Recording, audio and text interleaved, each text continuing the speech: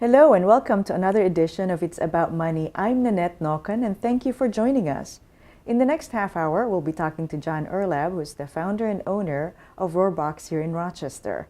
So stay tuned for a great half hour of discussion on running a brewery and a restaurant.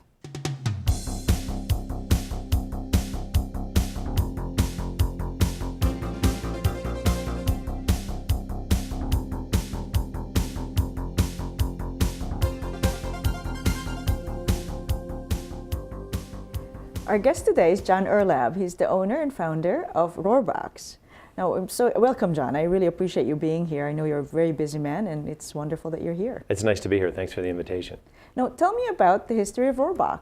What's the name about? How did you get started with naming it as Rohrbox? Well, I actually spent a little bit of time in my corporate career in Germany. I lived there for 2 years, and I got used to, well, first of all, I guess living in Germany, the brewery really started the idea of doing the microbrewery. They weren't really too popular here in the United States at the time.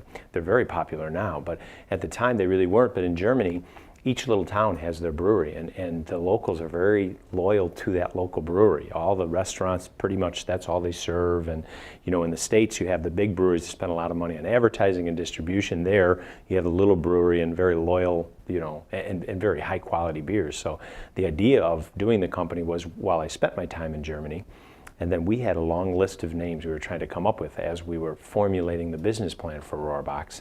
And the town I lived in was outside of Heidelberg, and it was Rohrbach, and that just seemed to stay at the top of the list. Nice. So it seemed to have a nice beer name and had a little German tone to it, so it worked out pretty well. That's great. So you're not Mr. Rohrbach? No, I'm not. A lot of people mistake me for that. No, you had a location downtown at the German House at one point. That was where you started? That's where we started, yeah. It took a couple of years, actually. Once the business plan was put together, it took a couple of years to find the right location. I lived in the city at the time, actually, I still do, but we were committed to trying to be in a central area so that we could serve all the suburbs and not make it difficult to come in.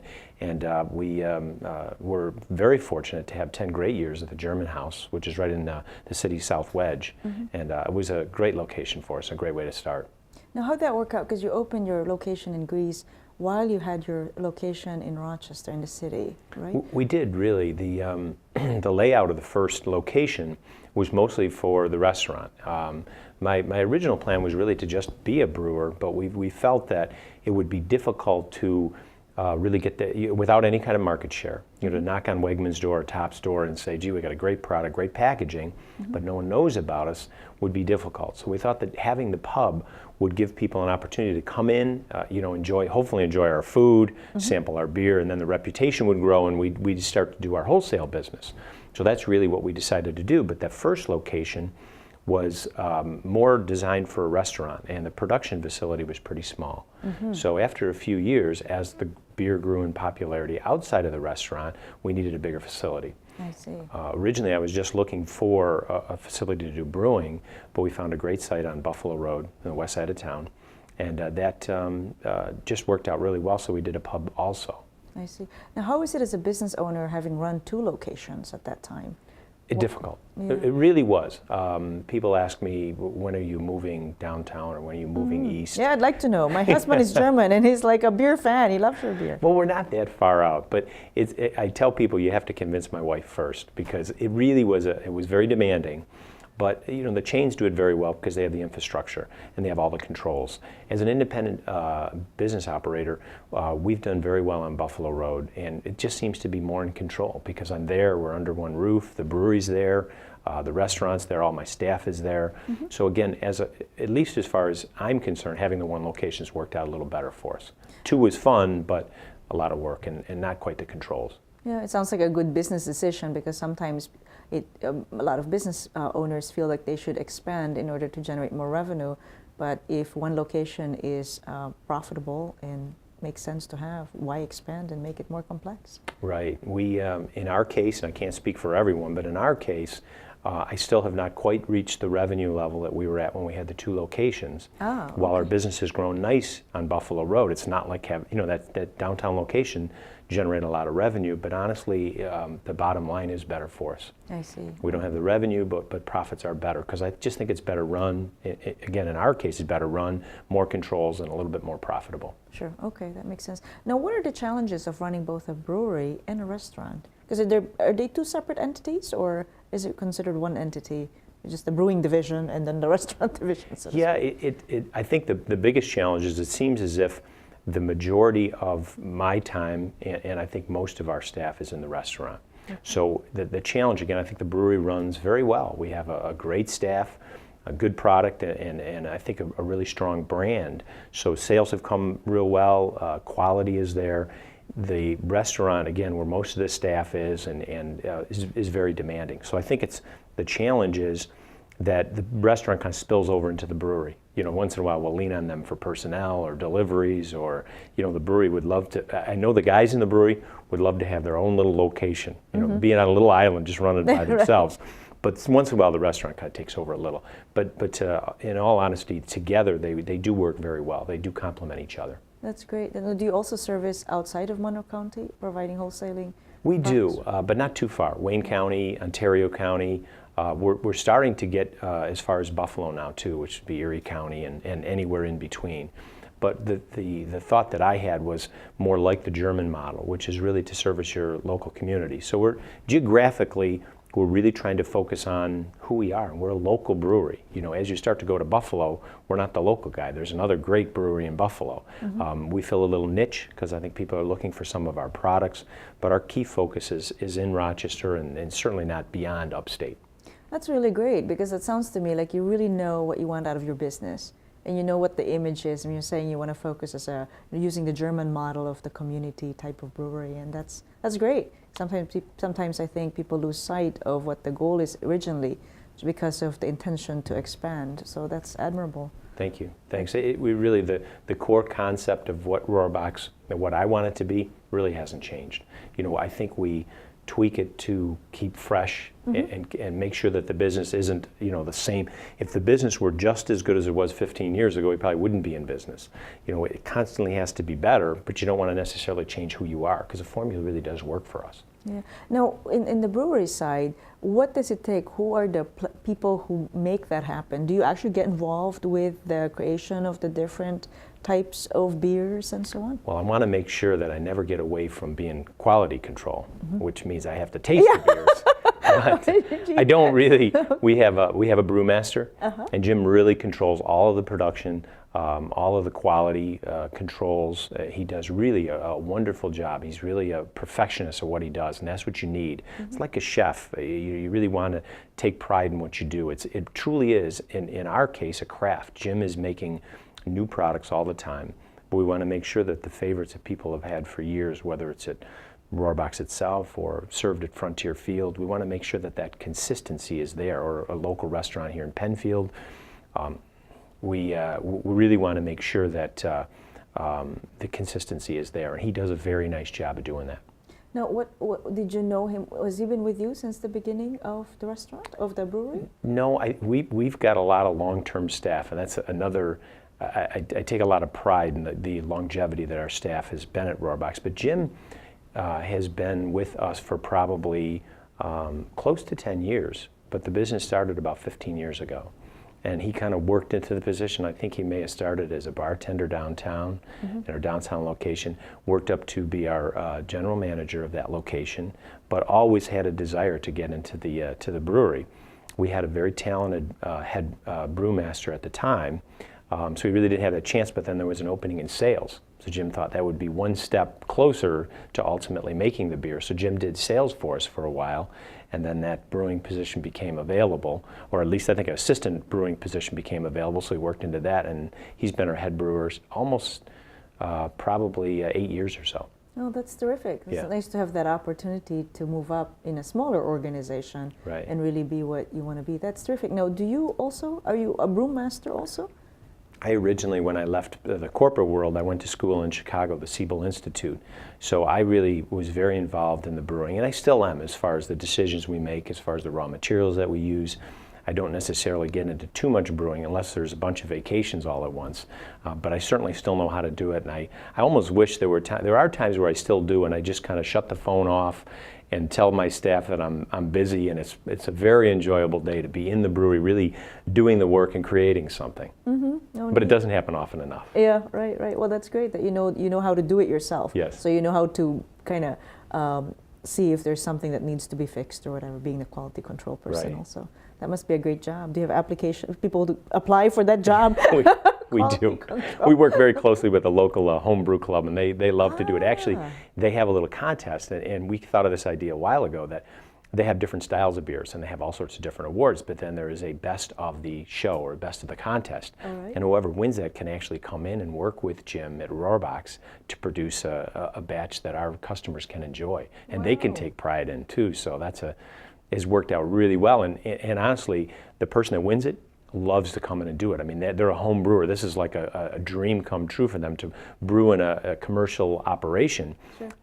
But it's been great for us too, because some of the beers are fantastic. And Right. we serve we retain the right to continue to make it if we want to. Oh wow, that's neat. It's a great marketing tool too. So Yeah. you get the beer connoisseurs being a part of the Right. process. That's wonderful. Now you also have some beer and food pairings, right? We do. Yeah. How does that work? Now is that I've heard of wine pairings in the past, but beer pairings, is that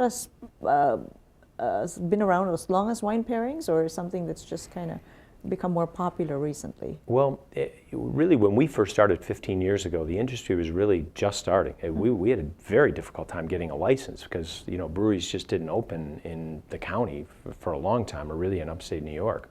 But we've been doing it for over 10 years now, probably 10 or 12 years.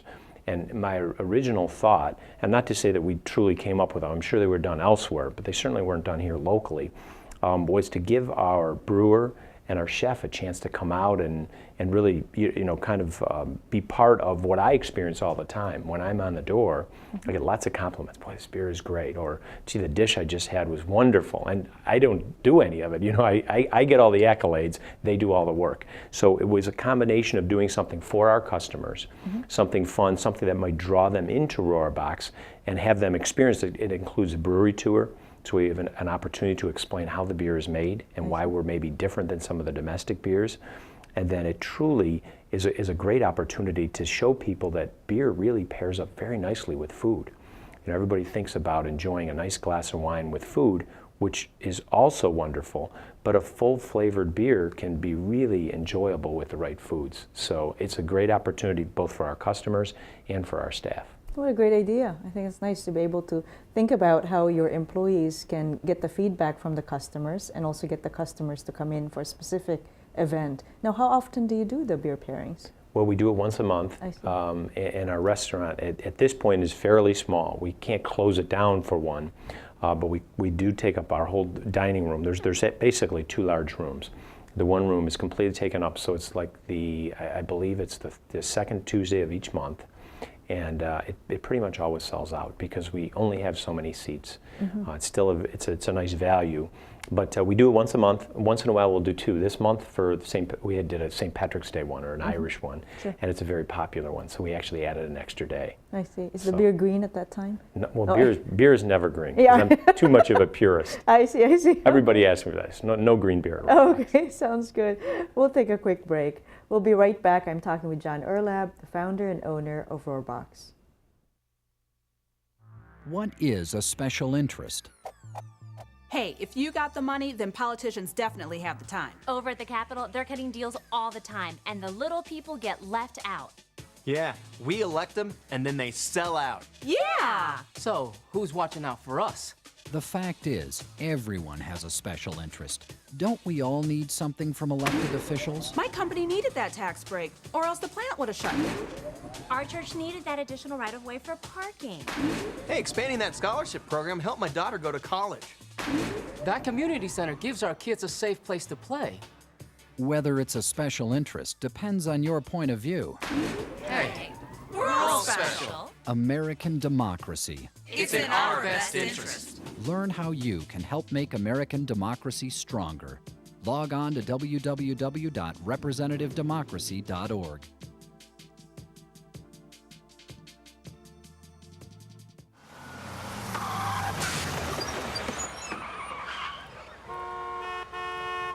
Hey, yo, Tim, get on your job, kid. We got school, yo. I see you in the window, man. You want me to do? I got the bus here, man. I got connections. We holding up traffic. Let's go. I'm not letting you waste your life like that, yeah.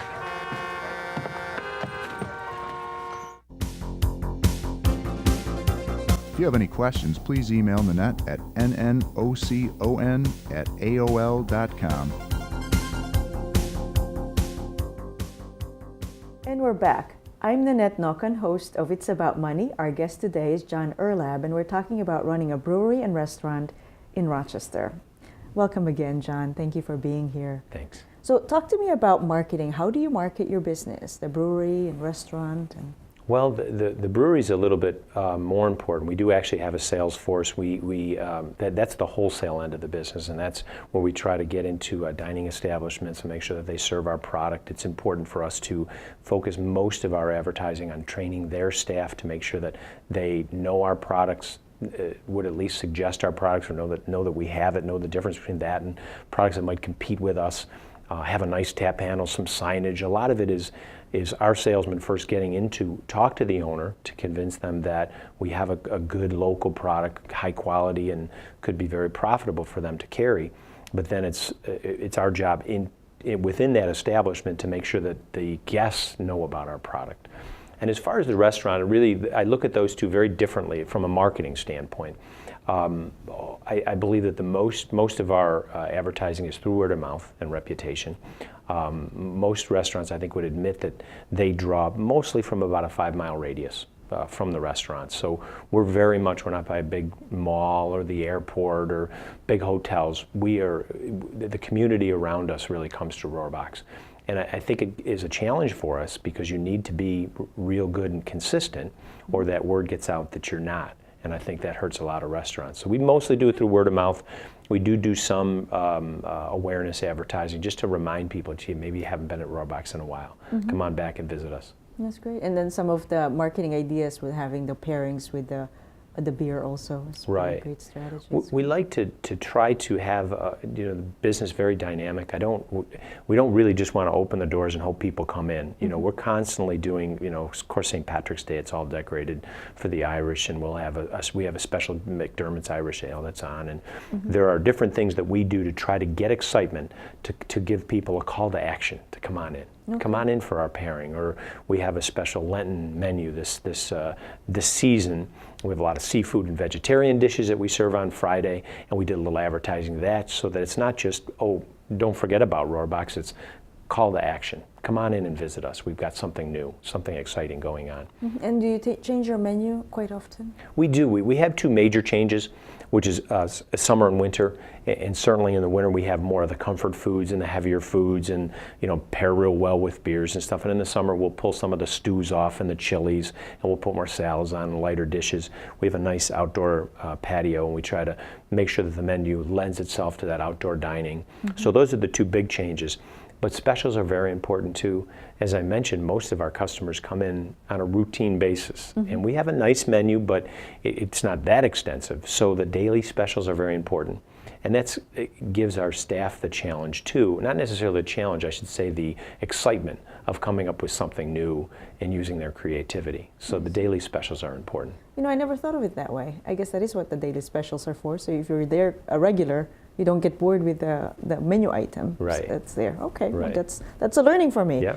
Now, you mentioned earlier, does your wife work with you also? She doesn't. Oh, she doesn't. Okay. She fortunately supports the family, okay, so that I that's can great. do this. Okay, that sounds good. I wondered how it was, the dynamics. Yeah, she's involved, and she helps with decisions on the business. I certainly trust her knowledge, and she's in the business community anyway. So she does, just not on a day-to-day basis. I see. That's great. Yeah, she's got a big job of running the household, so that's really great. Now, what would you suggest, or what advice would you give to somebody who's thinking about running a brewery? I mean, there's not that many brewers in town. I mean, probably after one of the major, Genesee, you don't really have a lot of breweries in town. So what would you suggest to somebody who's thinking about doing that? That's a pretty major undertaking, and you thought a lot about it. Yeah, we did.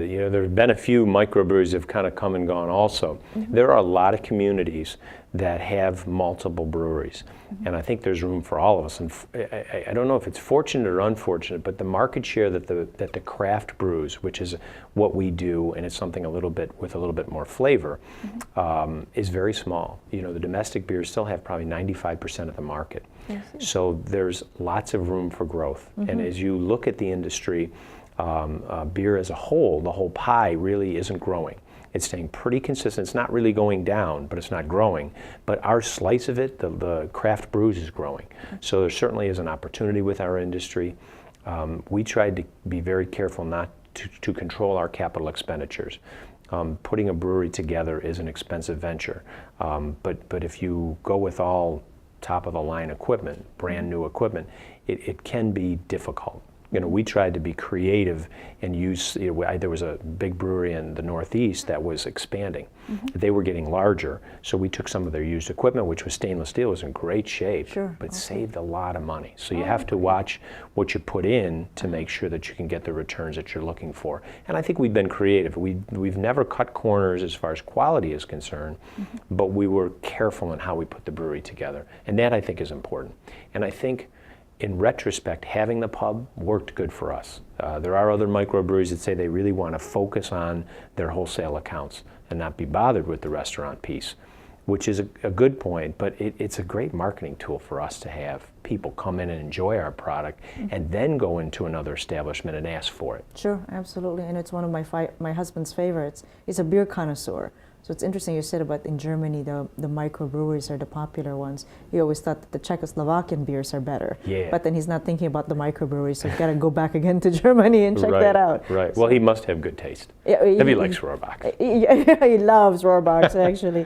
That's great. Now, how would you describe the tone of business in Rochester with regard to having a restaurant in a brewery? I mean, how is Rochester? I mean, obviously been in the business for 15 years. You've been accepted in your household name, but how would you describe the climate of doing business in Rochester at this time? Oh, I think it's a great community for not only beer, but just I think people appreciate the finer things. I don't want to build this up too much, but they know quality. They demand it. I think there are certain things within our community. We have great supermarkets. We have great, other restaurants are really high quality, and I think that it makes you be better at what you do. Because of the quality that we have in the community, as long as you can meet the demands of the community, people embrace our products. Microbrews, there's a great home brewers club here in town. So I think as you look at the United States, there are parts of the United States like the Pacific Northwest that the craft beers have done extremely well, market share wise. It's just because the quality's there, and then people start. It's like there's a coffee from the Pacific Northwest that's done extremely well. People appreciate fine coffee, and they appreciate good beer in that area. And then maybe the Southeast really is still dominated by the domestic, your normal domestic brand beers. But the New York State, we have over 60 breweries now, and again, with the home brewers and just people enjoying good quality beers, they're drinking less, but they're drinking quality. This is a great community for it. It's really embraced, our products and other microbreweries from outside of town. You just look at the shelves at your stores, and close to half of it are craft beers. So people in our community really enjoy it. It's been great for us. That's great. Now, in the type of brewery you have, you don't package your beer like an individual bottle. You have big growlers. Is that what it's called? Exactly. Okay. Very good. No, but those are not sold at retail locations. They're sold at restaurants. Is that right? Or we do have a couple establishments that are carrying the growlers now, and they do very well for us. Now, I don't think it's the most customer-friendly package because it is a little bit bigger. Sure.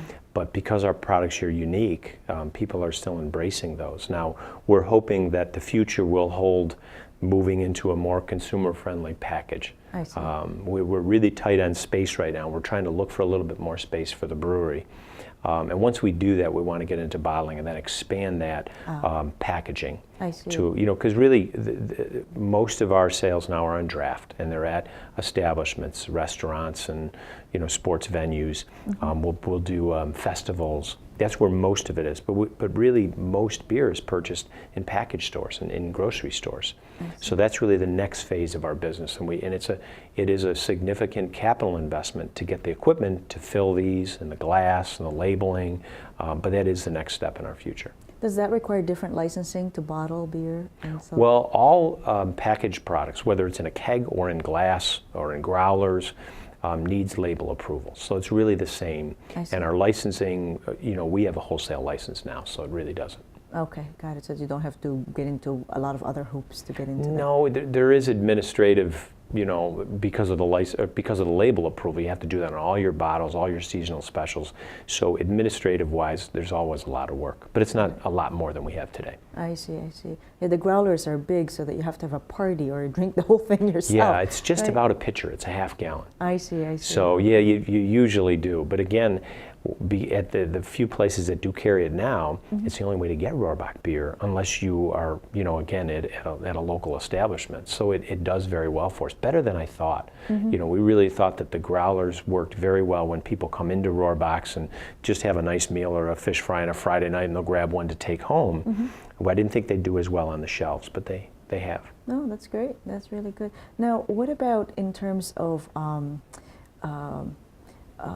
selling do you market those growlers separately, or not really? It's just kind of people ask for it, and that's... Well, marketing wise, it is different if you're in a package store, because then you're just on the shelves with everybody else. So signage is real important. Right. Shelf space and where it is on the shelf is very important. So we work very closely with those retailers to make sure that we get prime space, and that's worked out very well for us. And we look closely. There are other companies that are in the same situation like ours, where we just sell growlers, and we tend to do very well. They're usually not local companies, and I think people tend to go for the real fresh local product. I see. Now, what would you say is the biggest challenge being a business owner? We've been fortunate. I guess as I look at my business specifically, staffing in the restaurant business is tough. And we've been very fortunate because we have some long-term, long-tenure employees, but there is an element that turns over, and it is tougher and tougher to find people, at that level. In terms of tenure in a restaurant, what is a good tenure? I mean, is that a year, 2 years, or is? I think, I shouldn't speak of it, there are certain segments of our business where I think a few months. Is that right? Okay. And I'm probably exaggerating, but I know there's lots of turnover in certain segments of our business. Maybe the fast food business or some of the chains. There are I can't say that across the board on all the chains, but there's quite a bit of turnover. If you get an employee at the restaurant level for a couple of years, I think you're usually fortunate. And we've had some been with us since we opened. Oh my, that's impressive. Yeah. That says a lot about you. That's great. I don't know if it's only me, but it's hopefully we get enough people in there. They're usually the tipped employees, so they're making the kind of money. And I think we try to create a working environment that's friendly and that they enjoy. And I think as I look at how important it is to have those familiar faces, when our customers come in, I'll be working tonight probably on the door. A lot of those faces are familiar. They come in quite often. They want to see the same person on the door and taking care of them, or they'll ask for a server by name, say, can I be in this person's section? And that, I think, again, because we're a small neighborhood place, that's important. That's great. Gives the homey feel. Right. Oh, that's wonderful. That's great. That's really great. I want to thank you, John, for being a guest at our show today. I've had a fun time talking with you and learning more about the brewery and restaurant business. Thanks for the opportunity. I always love to talk about it. Yeah, great. And thank you, our guests, for joining us today. I'm Nanette Nokan. Our guest is John Erlab. He is the owner and founder of Rohrbach's Brewery. Until next time, I'm Nanette Nokan. Thanks for tuning in. If you have any questions, please email Nanette at nnocon@aol.com.